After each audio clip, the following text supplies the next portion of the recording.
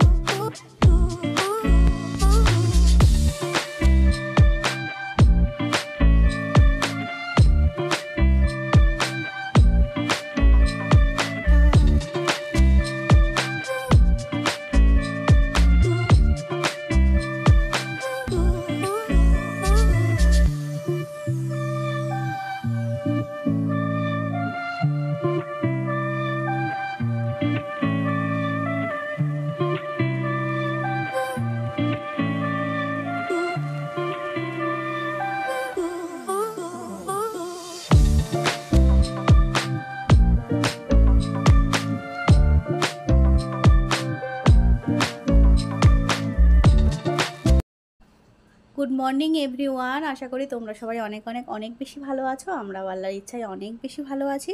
তো দেখো এখানে আমি একদম রান্না থেকে আজকে ব্লগটা শুরু করছি।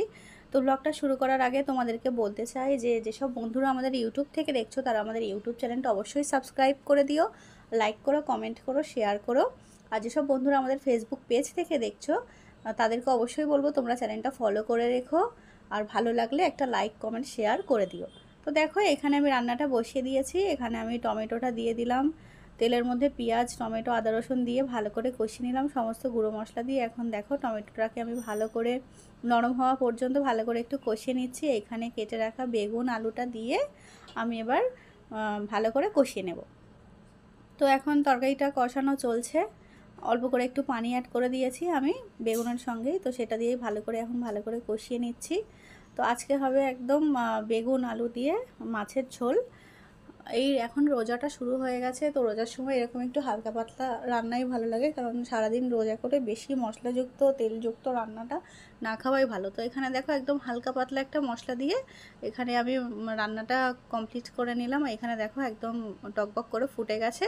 তো এর মধ্যে এবার একে একে আমি মাছ ভাজা যেগুলো ভেজে রেখেছিলাম ওগুলো আমি দিয়ে দেবো। দিয়ে আমি একটু ফুটিয়ে তরকারিটা নামিয়ে নেব, তরকারিটা রেডি হয়ে যাবে। আর ভাতটাও আমি করে নিয়েছি, কারণ মামাম তো এখন ছোট মানুষ, মামামের জন্যই অ্যাকচুয়ালি সকালবেলা রান্নাটা করা, না হলে সন্ধেবেলাতেই করতাম। তো সকালে রান্নাটা করে নিলে সন্ধেবেলাটাও একটু হালকা থাকে, অল্প অল্প কাজে কমপ্লিট হয়ে যায়। তো এখানে দেখো ইফতার রেডি করে নিয়েছি এখানে। আর মামাম তো এখন ঘুমাচ্ছে, এখনও ওঠেনি।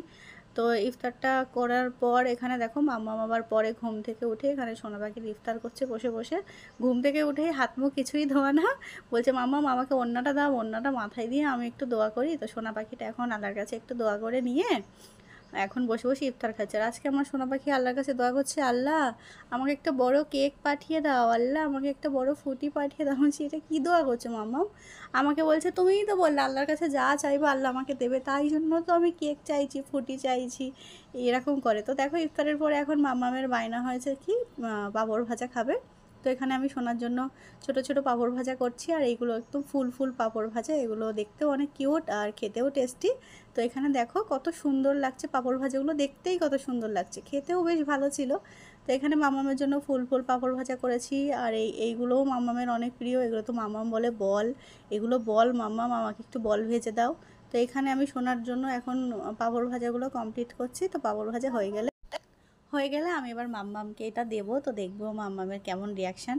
তো ঘর থেকে আওয়াজ দিচ্ছে মাম্মাম তোমার হলো, আমাকে দাও, পাঁপড় ভাজা খাবে বলে আমার মাথা পুরো পাগল করে দিচ্ছে আজকে এই মেয়েটা। তো দেখো সোনাকে এবার পাঁপড় ভাজাটা দেবো, সোনার রিয়াকশান দেখো। তো দেখো এখন সোনা পাখিটা এখানে বসে কুটকুট করে খাচ্ছে, নানির সঙ্গে অনেক মজা করছে, শুধু ফোন ফোন নিয়ে ব্যস্ত। তো চলো এর সঙ্গে এখানে ব্লগটা শেষ করছি। আল্লাহ।